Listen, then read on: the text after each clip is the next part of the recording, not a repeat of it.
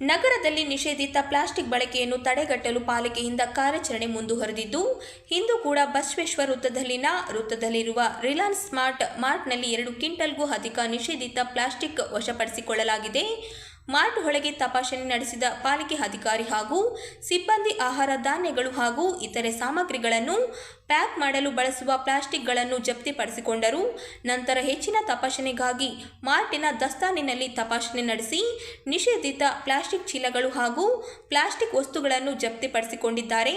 ನಂತರ ರಿಲಯನ್ಸ್ ಮಾರ್ಟಿನ ಹೊರಭಾಗದಲ್ಲಿರುವ ಫುಡ್ ಸೆಕ್ಷನ್ನಲ್ಲಿಯೂ ಕೂಡ ತಪಾಸಣೆ ಮಾಡಿ ಪ್ಲಾಸ್ಟಿಕ್ ಕವರ್ಗಳು ಹಾಗೂ ನಿಷೇಧಿತ ಪ್ಲೇಟ್ ಹಾಗೂ ಬೌಲ್ಗಳನ್ನು ಜಪ್ತಿಪಡಿಸಿಕೊಂಡಿದ್ದಾರೆ.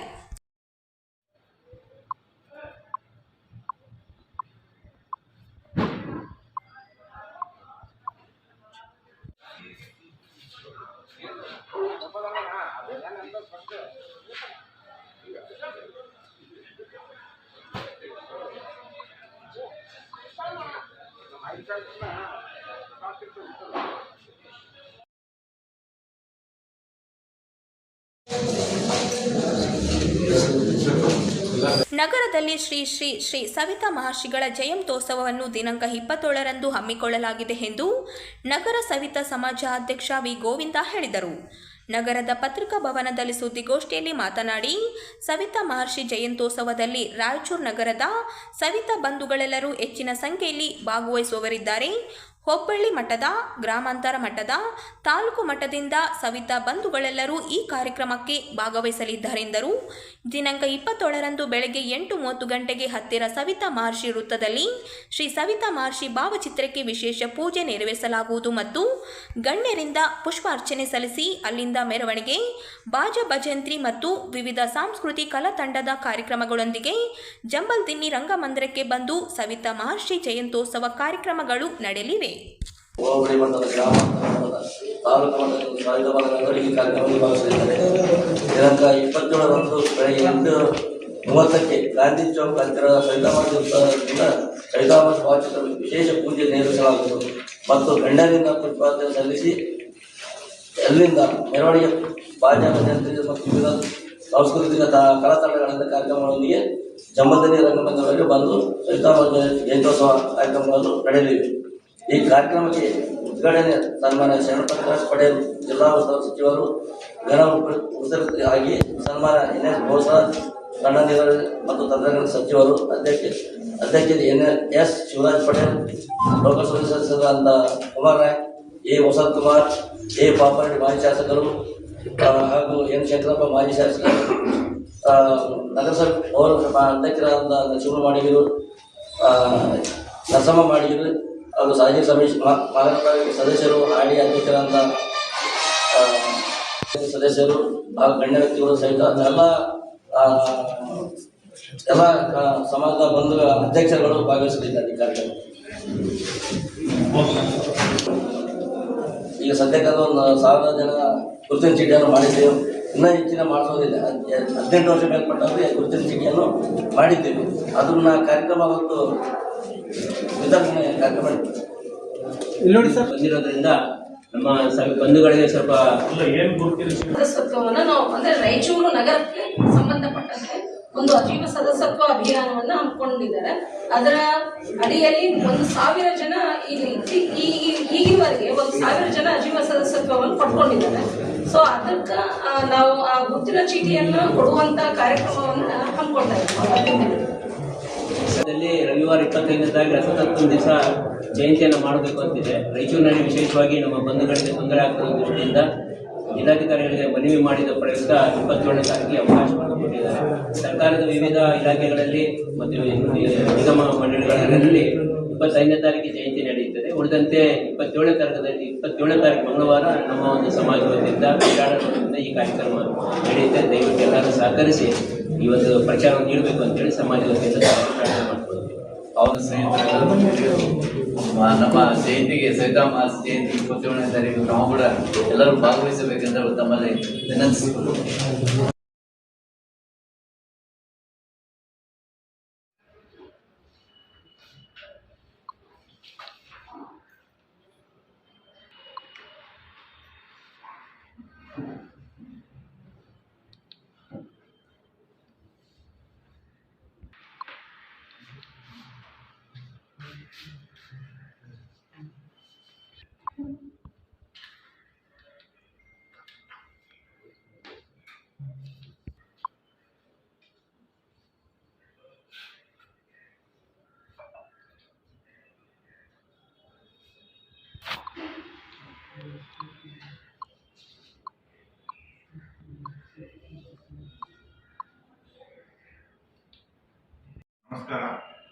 ಇವತ್ತು 24 ಜನವರಿ 2026ರಂದು ಮುಂಜಾನೆ ಸುಮಾರು 12 ಗಂಟೆಗೆ ನಮಗೆ ಪೊಲೀಸ್ ಇಲಾಖೆಗೆ ಮಾಹಿತಿ ಬರುತ್ತೆ ಕಿ ಒಬ್ಬರು ಮರ್ಡರ್ ಆಗಿದೆ ಅಂತ. ಅಲ್ಲಿ ನಮ್ಮ DSP ಅವರು ಮತ್ತು ನಮ್ಮ ಸಬ್ ಇನ್ಸ್ಪೆಕ್ಟರ್ಸ್ ಎಲ್ಲ ಹೋಗಿ ಸ್ಪಾಟ್ ನೋಡಿದಾಗ ಒಬ್ಬರು ಶ್ರೀ ವಿಶಾಲ್ ಅವರು ತೀರ್ಕೊಂಡಿರ್ತಾರೆ.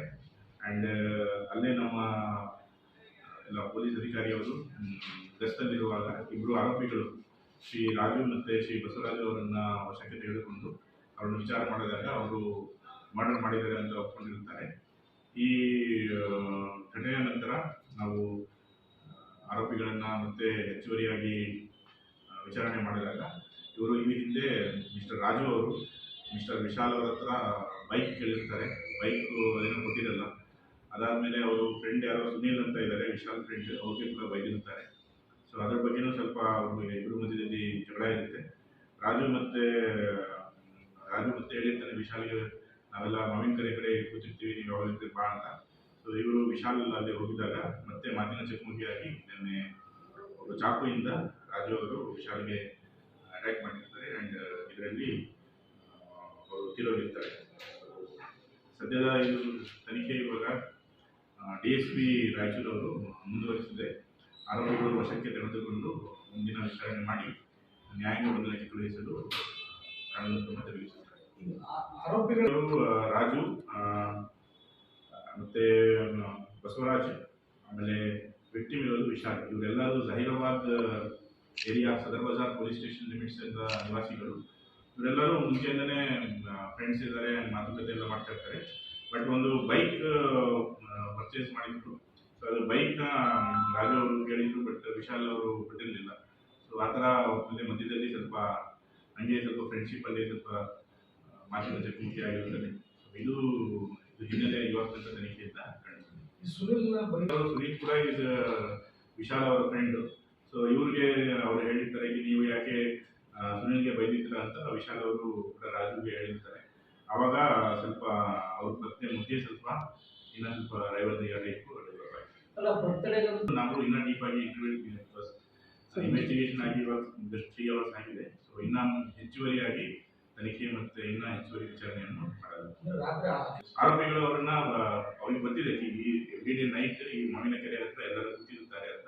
ಸೊ ಆ ಟೈಮ್ಗೆ ಅವರು ಬಂದಿರುತ್ತಾರೆ. ಸೊ ಮತ್ತೆ ಮಾತಿನ ಚಕಮಕಿ ಈಗ ಬರಲಾಗಿದೆ.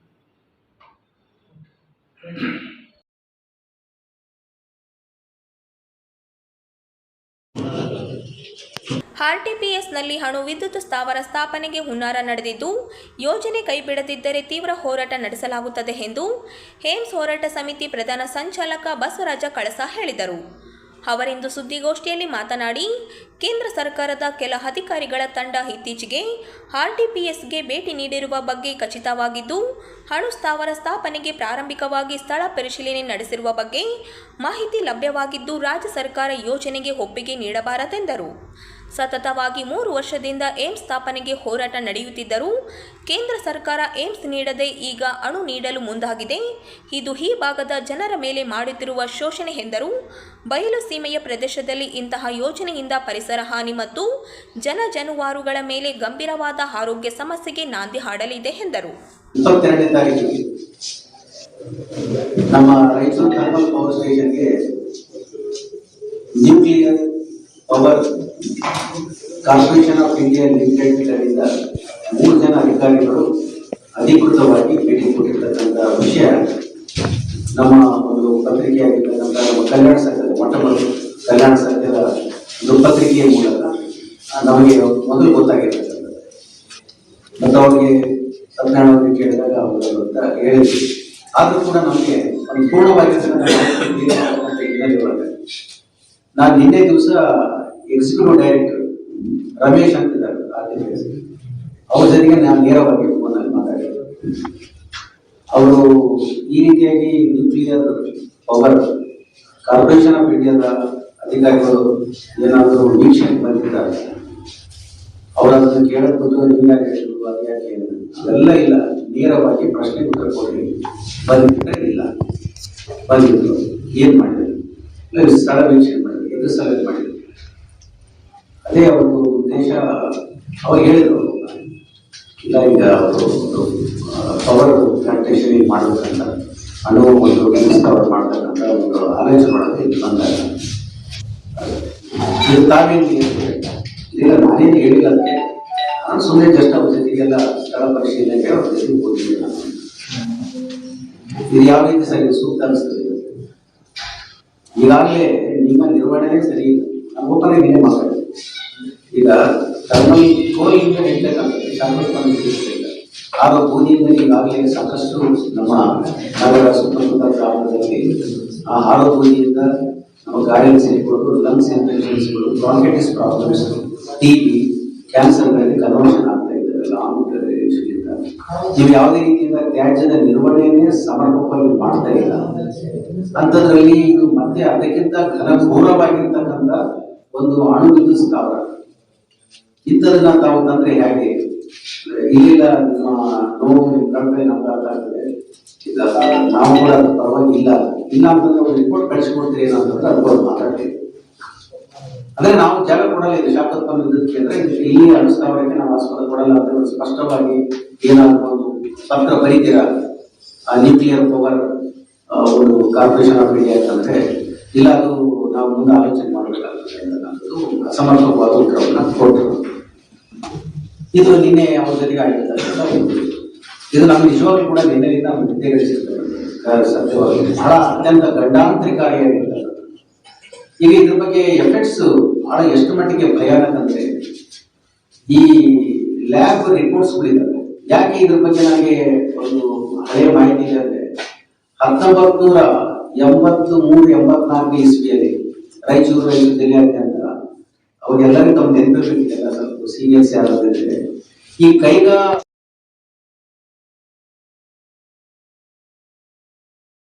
ಮುಂಜಾನೆ ನಮಸ್ಕಾರಗಳನ್ನು ತಿಳಿಸುತ್ತಾ ಇಂದು ಕಲ್ಯಾಣ ಕರ್ನಾಟಕ ಕ್ರಾಂತಿವೀರ ಸಂಗೊಳ್ಳಿ ರಾಯಣ್ಣ ಟ್ರಸ್ಟ್ನಿಂದ ಕ್ರಿಕೆಟ್ ಟೂರ್ನಮೆಂಟ್ ಆಯೋಜಿಸಲಾಗಿದ್ದು ಇದೇ ಜನವರಿ 26ರಂದು ಫೈನಲ್ ಪಂದ್ಯ ನಡೆಯಲಿದೆ ಎಂದು ಟ್ರಸ್ಟ್ ಗೌರವಾಧ್ಯಕ್ಷ ಬಿ ಬಸವರಾಜ ಹೇಳಿದರು. ಅವರಿಂದು ಸುದ್ದಿಗೋಷ್ಠಿಯಲ್ಲಿ ಮಾತನಾಡಿ, ಜನವರಿ 18ರಿಂದ ಪಂದ್ಯಾವಳಿಗಳು ಓಸೂರು ಗ್ರಾಮದ ಸ್ವಾಮಿ ವಿವೇಕಾನಂದ B.Ed ಕಾಲೇಜ್ ಮೈದಾನದಲ್ಲಿ ನಡೆಯುತ್ತಿದ್ದು, ಒಟ್ಟು 22 ತಂಡಗಳು ಭಾಗವಹಿಸಿದ್ದು, ಇದರಲ್ಲಿ 11 ತಂಡಗಳು ವಿಜೇತರಾಗಿದ್ದು, ನಾಳೆಯವರೆಗೆ ಸೆಮಿಫೈನಲ್ ನಡೆಯಲಿದ್ದು, ಜನವರಿ 26ರಂದು ಫೈನಲ್ ಪಂದ್ಯ ನಡೆಯಲಿದೆ ಎಂದರು.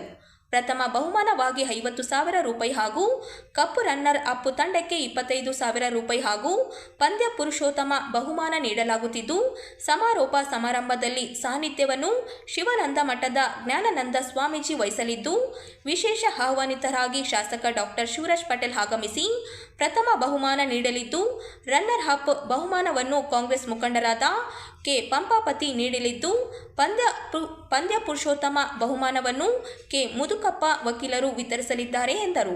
ಮುಖ್ಯ ಅತಿಥಿಗಳಾಗಿ ಮುಖಂಡರಾದ ಕೆ ಶಾಂತಪ್ಪ ಸೇರಿದಂತೆ ಅನೇಕ ಗಣ್ಯರು ಆಗಮಿಸಲಿದ್ದು, ಅಧ್ಯಕ್ಷತೆಯನ್ನು ಟ್ರಸ್ಟ್ ಅಧ್ಯಕ್ಷ ಕೆ ಅಯ್ಯಣ್ಣ ವಡವಟ್ಟಿ ವಹಿಸಲಿದ್ದಾರೆ ಎಂದರು.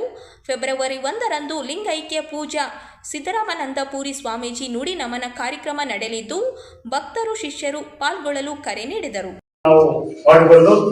ಇಲ್ಲಿವರೆಗೆ ಒಂದು ಪದಾಧಿಕಾರಿಗಳ ಪ್ರತಿಜ್ಞಾ ವಿಧಿ ಕಾರ್ಯಕ್ರಮ ಸಹಿತ ಒಂದು ರೈತ ಭವನದಲ್ಲಿ ಒಂದು ಅದ್ದೂರಿಯಾಗಿ ಒಂದು ಕಾರ್ಯಕ್ರಮ ಮೊದಲನೇ ಕಾರ್ಯಕ್ರಮ ನಡೆಯಿತು.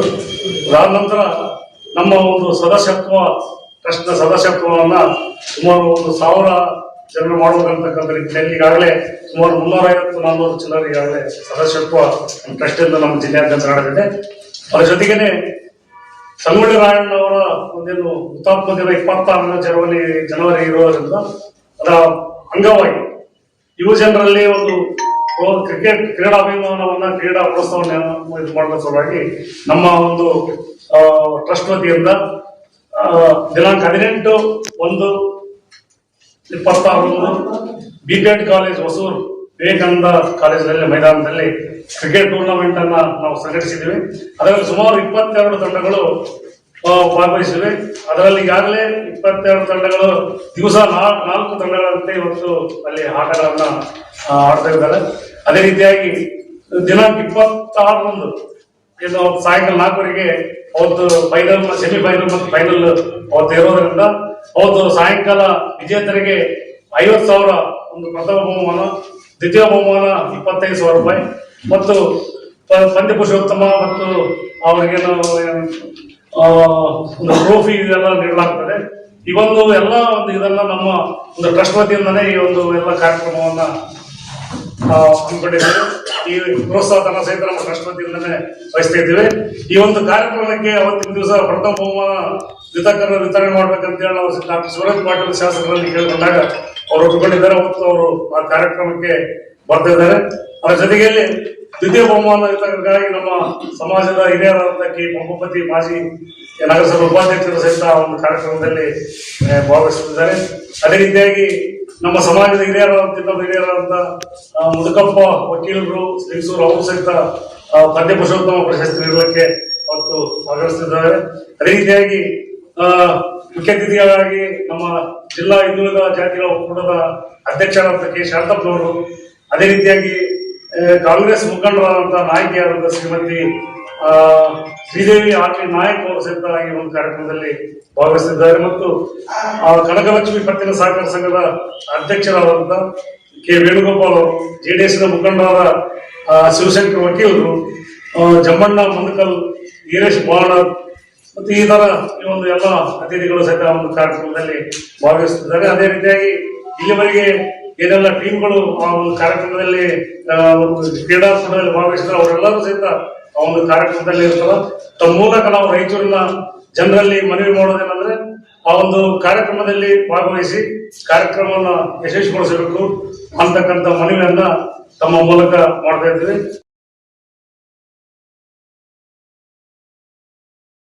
ಹಿಂದೂ ಸಮ್ಮೇಳನ ಸಮಿತಿ ನಗರದ ಗದ್ವಾಲ್ ರಸ್ತೆಯ ವೀರ ಆಂಜನೇಯ ಕಲ್ಯಾಣ ಮಂಟಪದಲ್ಲಿ ಜನವರಿ 26ರಂದು ಮಡ್ಡಿಪೇಟೆ ಉಪನಗರ 5ರ ಹಿಂದೂ ಸಮ್ಮೇಳನ ಹಾಗೂ ಶೋಭಾಯಾತ್ರೆ ಮತ್ತು ಸಾರ್ವಜನಿಕ ಸಮಾರಂಭ ಆಯೋಜಿಸಲಾಗಿದೆ ಎಂದು ಆಯೋಜಕರಾದ ವೀರೇಶ್ ರೆಡ್ಡಿ ಹೇಳಿದರು. ಅವರಿಂದು ಸುದ್ದಿಗೋಷ್ಠಿಯಲ್ಲಿ ಮಾತನಾಡಿ, ಅಂದು ಬೆಳಗ್ಗೆ 10ಕ್ಕೆ ಶೋಭಾಯಾತ್ರೆ ಪ್ರಾರಂಭವಾಗಿ ವೀರ ಆಂಜನೇಯ ಕಲ್ಯಾಣ ಮಂಟಪ ತಲುಪಲಿದೆ. ನಂತರ 11:30ಕ್ಕೆ ನಡೆಯುವ ಸಾರ್ವಜನಿಕ ಸಮಾರಂಭದಲ್ಲಿ ದಿವ್ಯ ಸಾನ್ನಿಧ್ಯವನ್ನು ಶ್ರೀ ಶ್ರೀ ಆದಿತ್ಯ ಪರಮಶ್ರೀ ಸ್ವಾಮಿಗಳು, ಬೀಜ್ವರ ಗ್ರಾಮ, ಮಕ್ತಲ್, ತೆಲಂಗಾಣ ಇವರು ವಹಿಸಲಿದ್ದು, ಮುಖ್ಯ ಅತಿಥಿಗಳಾಗಿ ಮಾಜಿ ಶಾಸಕ ಎ ಪಾಪರೆಡ್ಡಿ ಆಗಮಿಸಲಿದ್ದು, ಮುಖ್ಯ ವಕ್ತಾರರಾಗಿ RSS ಕರ್ನಾಟಕ ಉತ್ತರ ಪ್ರಾಂತ ಹುಬ್ಬಳ್ಳಿ ಪ್ರಚಾರಕರಾದ ನರೇಂದ್ರ ಅವರು ಆಗಮಿಸಲಿದ್ದು, ಹೆಚ್ಚಿನ ಸಂಖ್ಯೆಯಲ್ಲಿ ಜನರು ಸಮ್ಮೇಳನದಲ್ಲಿ ಪಾಲ್ಗೊಳ್ಳುವಂತೆ ಕೋರಿದರು. ಪ್ರಚಾರಕರು ರಾಷ್ಟ್ರೀಯ ಸ್ವಯಂ ಸೇವಕ ಸಂಘದಿಂದ ಬಂದು ಅವರನ್ನು 4 ಮಾತುಗಳನ್ನು ಹೇಳಿ ಅವರು ಇದರ ಬಗ್ಗೆ ಹೇಳುತ್ತಾರೆ. ಇದ್ರ ನಮ್ಮ ಮಾತೃಭೂಮಿ, ಧರ್ಮ, ಸಂಸ್ಕೃತಿಯ ಇವೆಲ್ಲ ಆಚರಣೆಗಳ ಬಗ್ಗೆ, ವಿಚಾರದ ಬಗ್ಗೆ ತಿಳಿಸಲಿಕ್ಕೆ ನಮ್ಮ ಇವರು ಸ್ವಾಮೀಜಿಗಳಿಂದ ಪ್ರವಚನಗಳಿರುತ್ತೆ. ಇದು ನಾವೆಲ್ಲರೂ ಈಗ ಬಹಳಷ್ಟು ವೇದಿಕೆಗಳು ಅಂದ್ರೆ ಉಪವೇದಿಕೆಗಳು ವಸತಿಗಳನ್ನು ಮಾಡಿ ಎಲ್ಲರಿಗೂ ಈಗ ರಾಯಚೂರೆಲ್ಲ ಮುಗಿಸಿದೀವಿ. ಎಲ್ಲರೂ ಇದು ವಿಷಯದ ಬಗ್ಗೆ ಇನ್ನೂ ಹೆಚ್ಚಿನ ಸಂಖ್ಯೆ ಜನ ನಮಗೆ ಸೇರ್ಬೇಕಾದ್ರೆ ನಮ್ಮ ಮಾಧ್ಯಮಗಳಿಂದ ಇನ್ನ ಹೆಚ್ಚಿನ ಸಂಖ್ಯೆ ಇರ್ತಾರೆ ಅಂತೇಳಿ ನಾವು ಈ ಮಾಧ್ಯಮದಿಂದ ಅವರಿಗೆ ತಮ್ಮೆಲ್ಲರಿಗೂ ವಿನಂತಿಸಿಕೊಳ್ಳುತ್ತೇವೆ. ಇದು 3,000 ಜನರಿಂದ ನಾವು ಟಾರ್ಗೆಟ್ 3,000ರಿಂದ ಇನ್ನು ಹೆಚ್ಚಿನ ಸಂಖ್ಯೆಯಲ್ಲಿ ಬರ್ಬೇಕಂತೇಳಿ ಅದಕ್ಕೋಸ್ಕರ ಇದರ ಕಾರ್ಯಕ್ರಮವನ್ನು ಹಮ್ಮಿಕೊಂಡಿದ್ದೇವೆ. ಊಟದ ವ್ಯವಸ್ಥೆನೂ ಇರುತ್ತೆ, ಸಾಂಸ್ಕೃತಿಕ ಕಾರ್ಯಕ್ರಮಗಳು ಇದೆ, ವೇದಿಕೆಗಳು, ರಾಷ್ಟ್ರಗೀತೆ, ಭಾವಗೀತೆಗಳು.